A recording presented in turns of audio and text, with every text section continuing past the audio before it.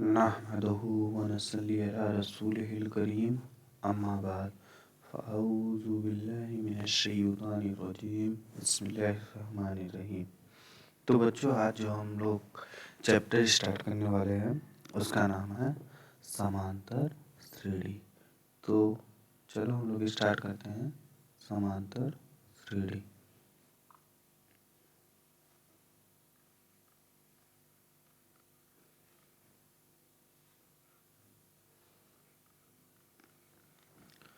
तो समांतर श्रेणी देखो, सम सम मतलब क्या होता है?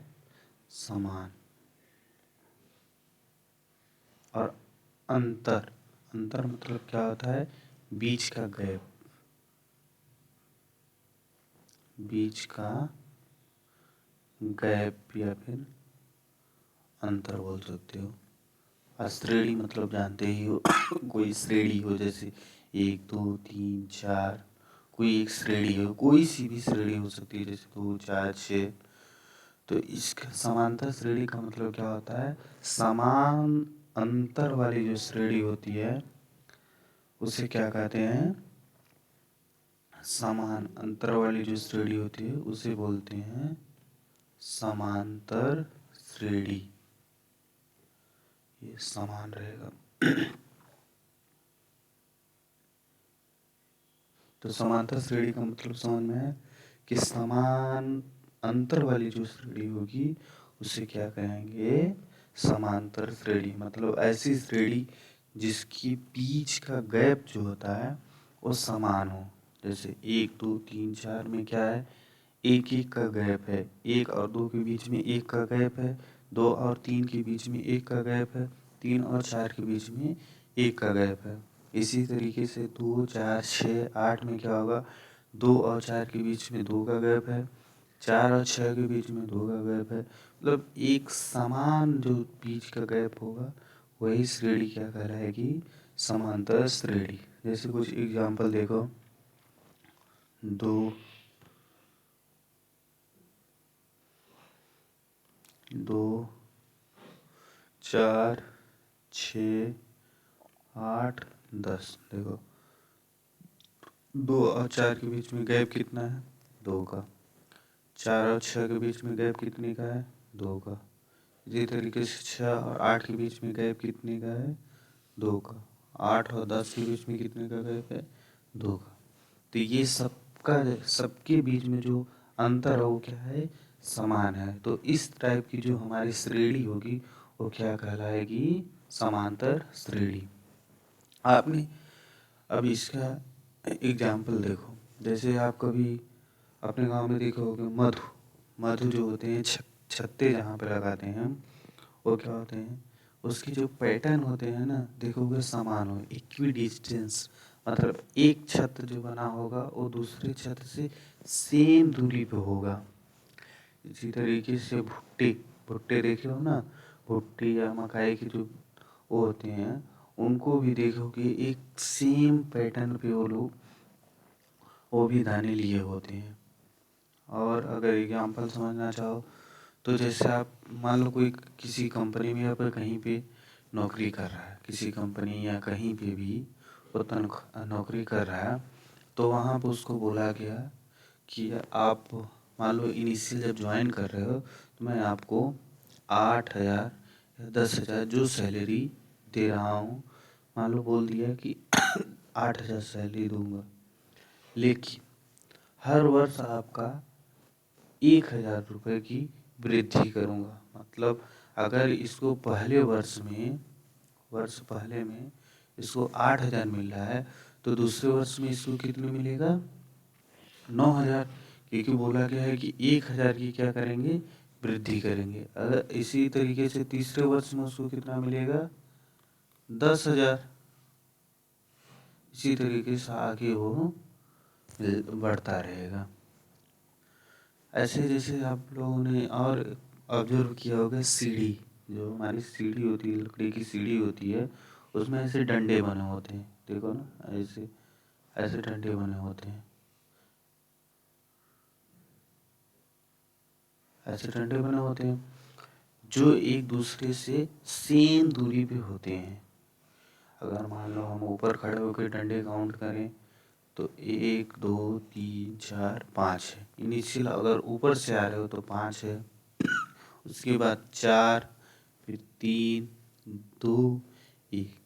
ये सब क्या है, हमारी रियल लाइफ के एग्जाम्पल हैं जो आप लोगों ने ऑब्जर्व किया होगा कि ऐसे ऐसे पैटर्न के कुछ आकृतियाँ होती हैं, लेकिन कभी आप लोगों ने नोटिस नहीं किया होगा, या आप लोग इस पे कभी आपके मन में सवाल आया हो कि हाँ ये सेम ही पैटर्न पे क्यों होते हैं।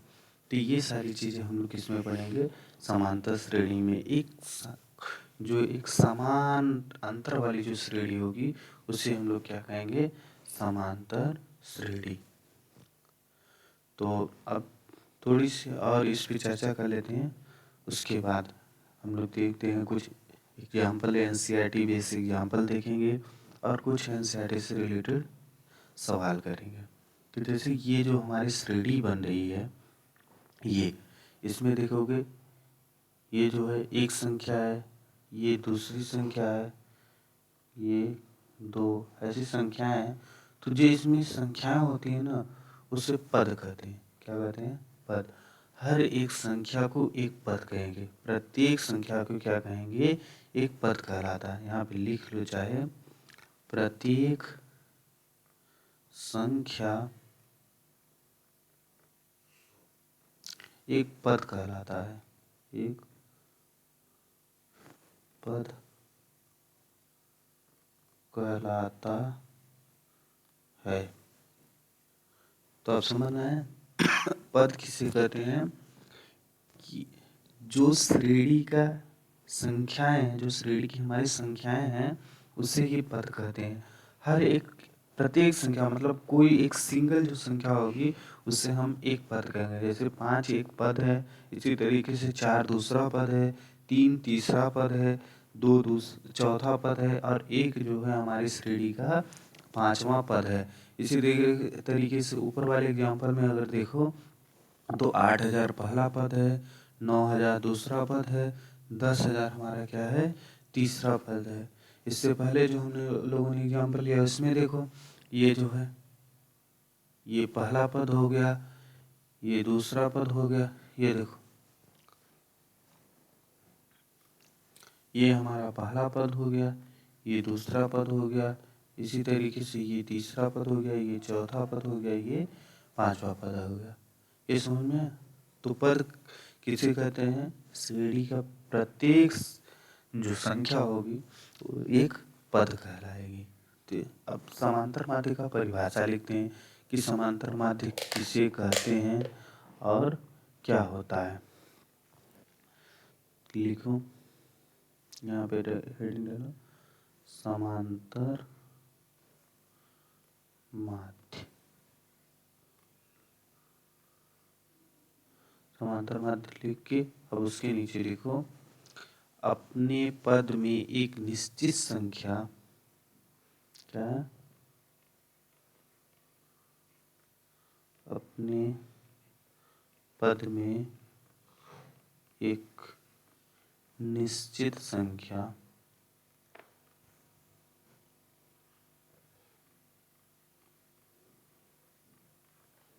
जोड़ने पर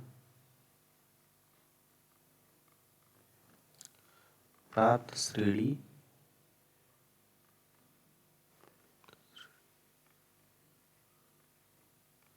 समांतर माध्य कहलाता है।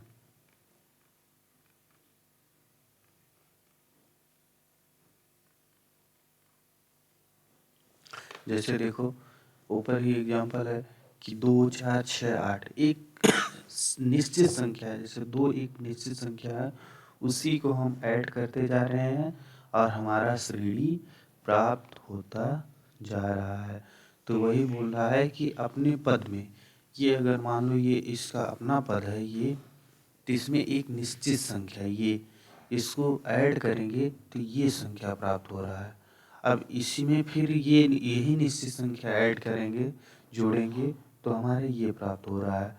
फिर इसी में ये निश्चित संख्या जोड़ दिए तो हमारा ये प्राप्त हो रहा है। तो एक श्रेणी हमारी बन रही है, ये जो है ये हमारी एक श्रेणी बन रही है, तो उसे ही क्या बोलते हैं, समांतर श्रेणी बोला जाता है। अब इसी तरीके से समांतर श्रेणी दो प्रकार के होते हैं। कौन कौन? एक होता है बोलते हैं परिमित श्रेणी मतलब, और एक होता है इनफाइनाइट मतलब अपरिमित अपरिमित श्रेणी, और एक होता है परिमित समांतर श्रेणी, और एक होता है अपरिमित समांतर श्रेणी। जैसे देखो 3 3 3, अब इसका कोई अंत नहीं है, कब तक इस ये गया है इसका कोई अंत नहीं। इसका जो बीच में गैप है ये देखो 0 का गैप आ रहा है, इसमें भी 0 का। इसी तरीके से ये सीरीज जिसका कोई अंत ही ना हो, उस तरीके की जो श्रेणी होती है उसे हम लोग बोलते हैं अपरिमित समांतर श्रेणी। और जिसमें अंत हो, जैसे देखो 80 हो गया, 70 हो गया, 60 हो गया, इसी तरीके से ये 0 तक जाएगा। ये इस टाइप की जो हमारी श्रेणी होती है जिसका अंत हो सके उसे क्या बोलते हैं, परिमित समांतर श्रेणी। अब देखते हैं कुछ एग्जाम्पल इससे रिलेटेड, फिर उसके बाद आगे हम लोग इसके बारे में जानेंगे क्या है क्या नहीं, कैसे है, सारी चीज़ें देखेंगे। तो जैसे इसमें एक एग्जाम्पल ये दिया, रीना ने एक पद के लिए आवेदन किया, मतलब कोई वैकेंसी है उसके लिए उन्होंने अपना फॉर्म भरा और उसका चयन हो गया, वो सिलेक्टेड हो गई। उसे यह बताया यह पद 8,000 के लिए मासिक वेतन है और 500 वार्षिक की वेतन की वृद्धि के साथ दिया जाता है। ठीक, तो उसका वेतन रुपए में पहले वर्ष, दूसरे वर्ष, तीसरे वर्ष इत्यादि के लिए क्रम से। तो रीना जो है उसकी मासिक मतलब महीने का जो वेतन है वो कितना है, 8,000।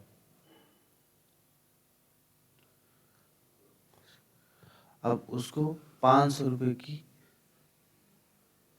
500 रुपये की वार्षिक वृद्धि है, कितनी की, 5। अभी ये 8,000 रुपये में इसकी ज्वाइनिंग हुई थी, फर्स्ट ईयर में ये 8,000 रुपये मंथ पा रही थी। अब सेकेंड ईयर में कितना पाएगी, सेकेंड ईयर में 5, देखो यहाँ पे लिखा है 500 रुपये की वृद्धि, तो निश्चित जो संख्या हमारी कितना जो थी वो कितनी हो गई, 500 थी, ये कितना हो जाएगा 8,500। अब ये तीसरे वर्ष में कितना हो जाएगा, तीसरे वर्ष में 500 और ऐड कर दो तो ये कितना हो जाएगा 9,000। समझ में आया, 500 रुपये इसमें ऐड किए हैं और 500 रुपये हम इसमें भी ऐड किए। क्यों? क्योंकि एक निश्चित संख्या को बोला गया है सवाल में, 500 रुपये की वार्षिक वृद्धि हो रही है।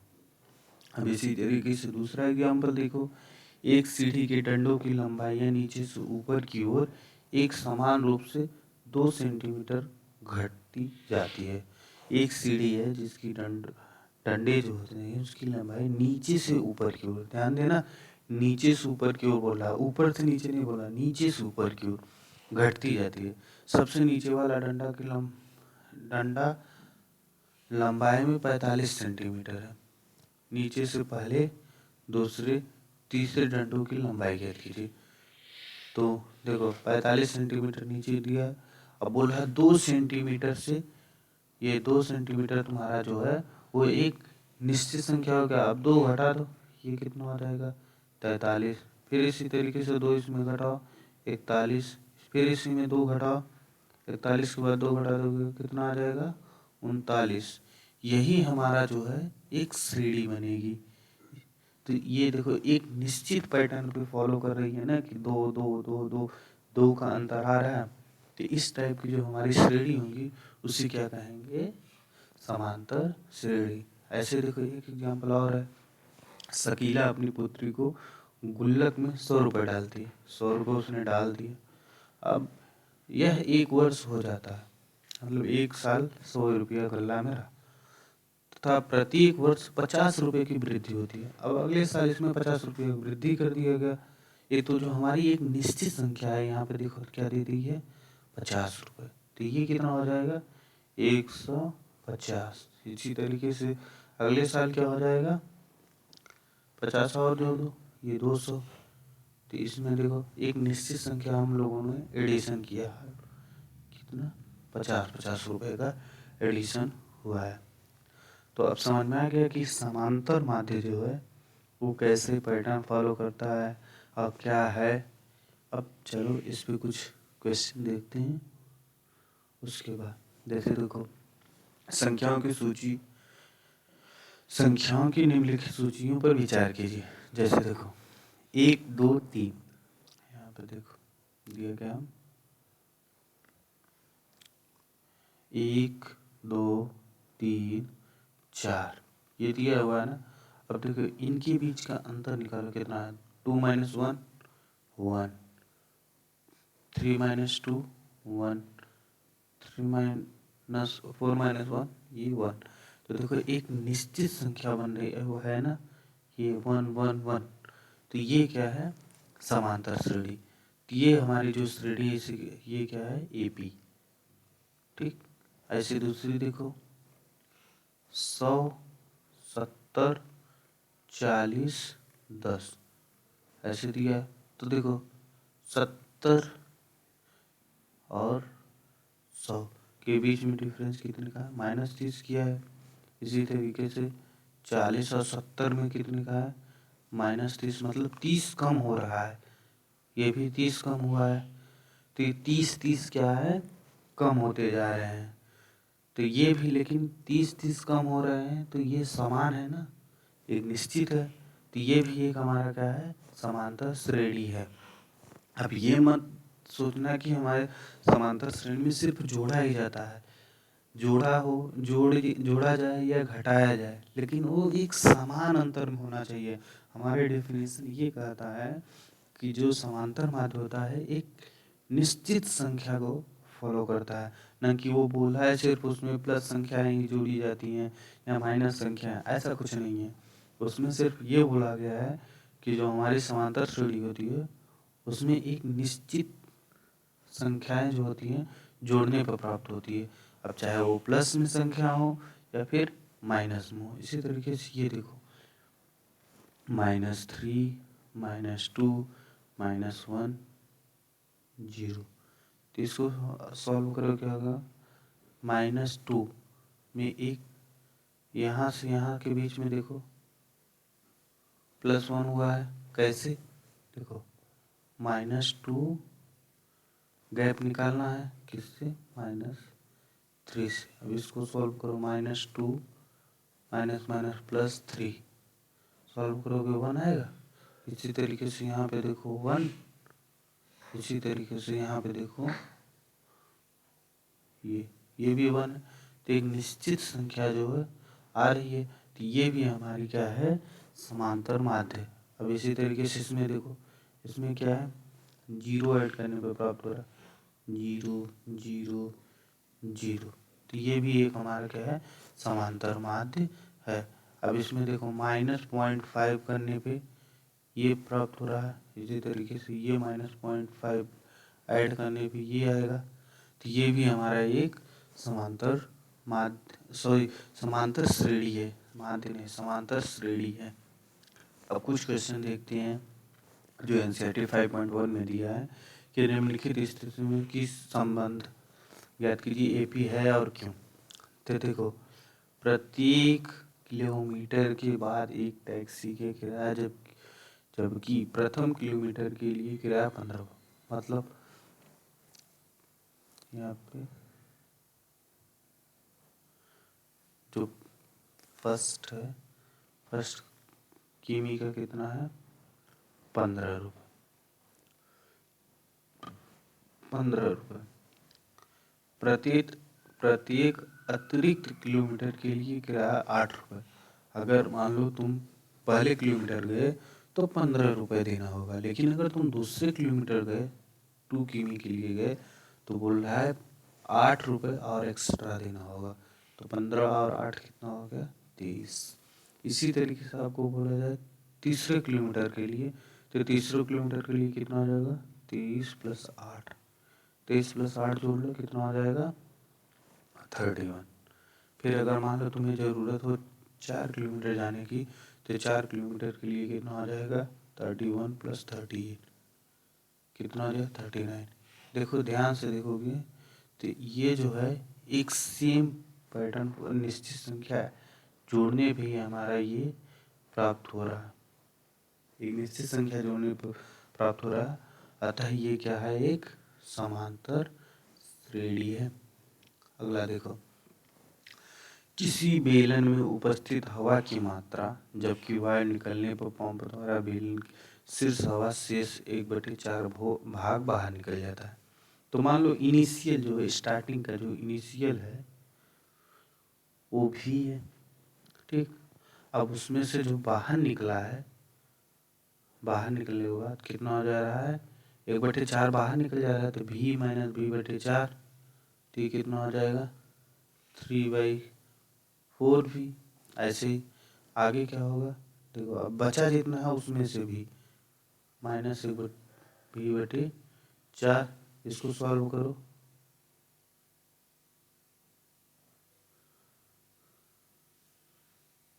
सॉरी यहाँ पे इसको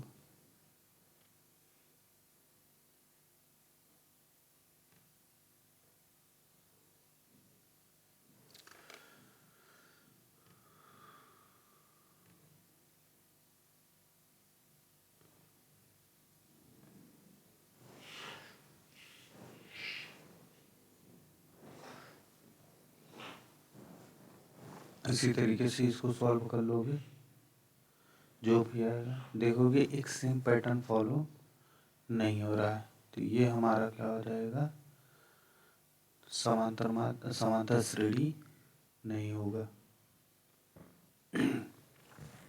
अगला देखो, प्रत्येक मीटर की खुदाई के बाद एक कुआं खोदने में आई लागत प्रथम मीटर खुदाई की लागत 150 रुपये है और बाद में प्रत्येक मीटर की लागत 50 रुपये बढ़ती है। जैसे देखो प्रत्येक मीटर की खुदाई के बाद मतलब प्रथम, यहाँ पे देखो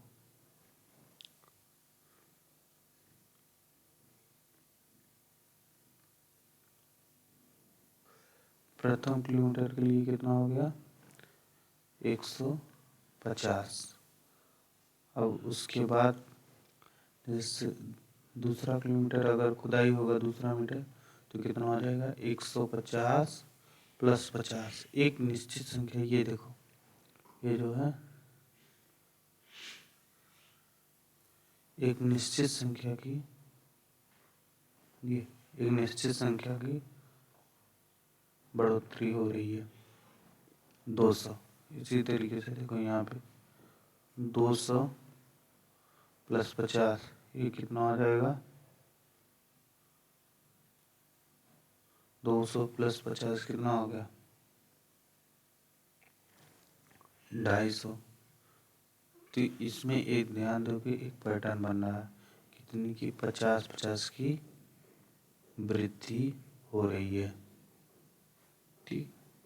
इसी तरीके से ये जो है एपी का सवाल है, इसमें एक फॉर्मूला लगेगा A = P1 + R/100 और इसको एक बार ट्राई कर लेना, अगर नहीं आएगा तो पूछ ले। अगला टॉपिक जो हमारी श्रेणी बन रही है समांतर श्रेणी, उसका जो अंतर है सेम है, जैसे 1 2 3 4 5 ऐसे है। तो इसकी जो एक निश्चित संख्या हम लोग जोड़ने पर जो हमारा श्रेणी प्राप्त हो रहा है, ये 1 ये 1 ये 1, एक निश्चित संख्या जोड़ने पर जो हमारी श्रेणी बन रही है, तो वो जो निश्चित संख्या है उसका नाम होता है सर्वांतर। क्या बोलते हैं सर्वांतर। और इसे डी से रिप्रेजेंट किया जाता है। किससे? डी से। अब ये जो है प्लस भी हो सकता है, जीरो भी हो सकता है, माइनस भी हो सकता है। अब ये निकाला कैसे जाता है? जो अगला टर्म होता है, यहाँ पे लिख लो, अगला पद माइनस पिछला पद। जैसे देखो, अगर हमें पहला निकालना होगा तो A2 माइनस A1 कर देंगे, ये बराबर होना चाहिए A3 माइनस A2 के, बराबर होना चाहिए A4 माइनस A3 के। यही क्या है? डी। जैसे देखो, इसको A1 नाम दे दो, इसको A2, A3, A4, A5 ये नाम दे दी। अब ध्यान देना, A2 minus A1, A2 minus A1 करोगे तो एक आएगा। इसी तरीके से A3 minus A2, A3 minus A2। इसी तरीके से A4, ध्यान दो, A4 माइनस A3 करोगे तो भी बराबर आएगा। ऐसे अगर और लिखना चाहते हो तो A5 माइनस A4। ये सब का अंतर जो है सेम आएगा। यही क्या कहलाता है? सर्वांतर। मतलब जो निश्चित संख्या हम जोड़ने पे जो हमारा श्रेणी बन रहा था, वही हमारा क्या कहलाता है? सर्वांतर। अब ये प्लस भी हो सकता है, माइनस भी हो सकता है, कुछ भी हो सकता है। ठीक, अब इस पर कुछ क्वेश्चन देखते हैं।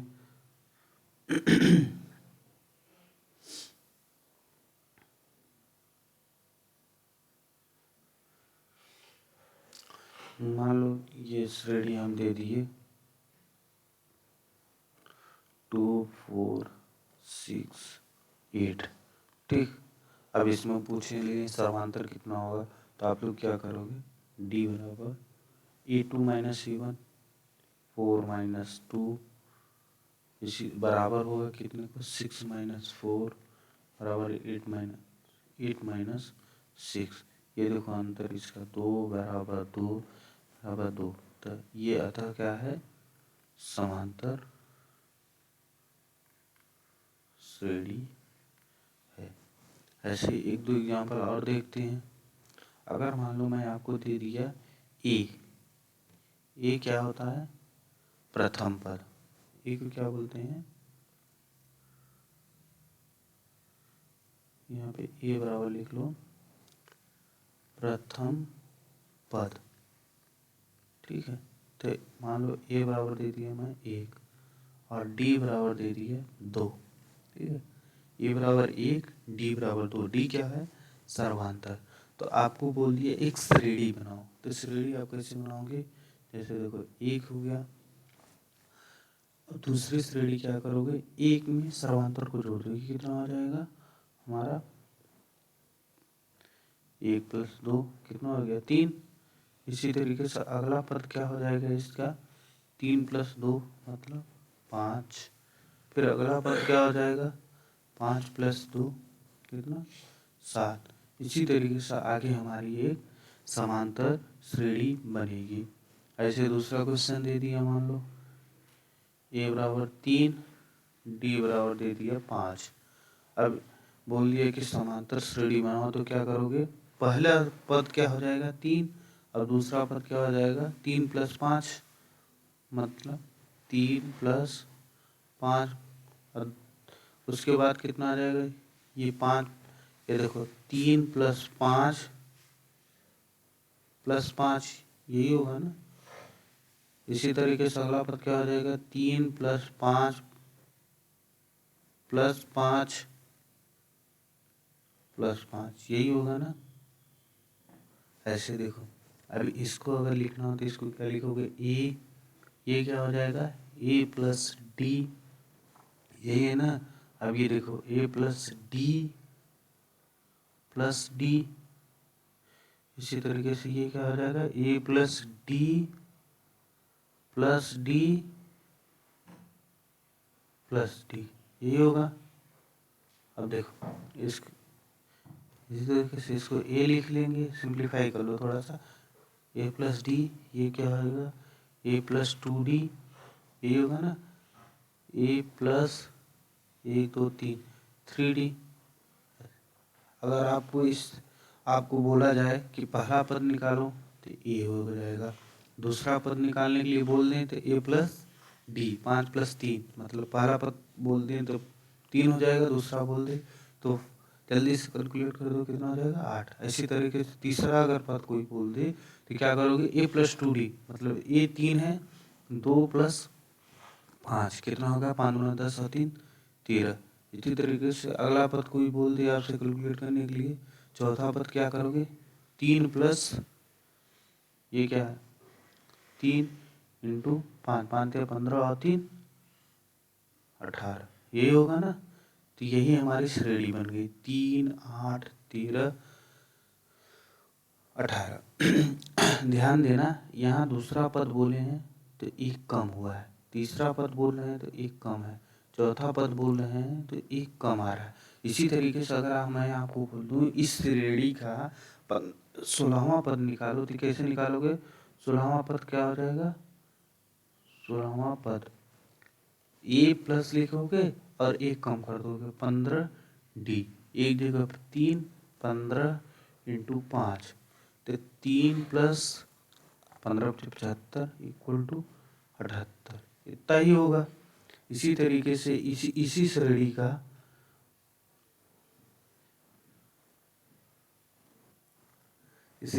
का मान लो ए बराबर सपोज दैट ए बराबर 3 डी बराबर 5 ये दिया है। अब इसी श्रेणी का मैं बोल दूंगा आपको 10वां पद निकालो, 10वां पद कैसे निकालोगे ए प्लस 9d, ये होगा 9वां पद, एक कम कर दिए, अब ए का मान 3 है, 9 डी का मान कितना है 5, 9 × 45 45 = 48। समझ में आया कुछ कि हमें जिस पद का मान जिस जौन सा पद बोलेगा कि मान लो बोल दिया 17वां पद निकालो तो हम क्या करेंगे ए तो लिखेंगे जैसे हो वैसे ही, लेकिन यहाँ पे एक कम कर देंगे मतलब 16d। अब ए का मान कितना है 3 5 × 16, अब इसको ऐड कर लो 3 + 16 85, ये कितना आ जाएगा 83। समझ में आया कुछ कि हमें जिस श्रेणी का बोल दिया जौन सा पद जो भी पद पूछेगा क्वेश्चन में उस पद का डी के साथ जो भी संख्या लिखी जाती है उसमें एक कम कर देंगे। मान लो 15वां पद पूछ रहा है तो 14d लिखेंगे, 16वां पद पूछ रहा है तो 15d लिखेंगे। तो आप लोग 5.1 जो एक्सरसाइज है उसको ट्राई करना और उसमें अगर कोई डाउट हो तो वो पूछना, ठीक है। फिर मिलेंगे अगले चैप्टर में, ओके।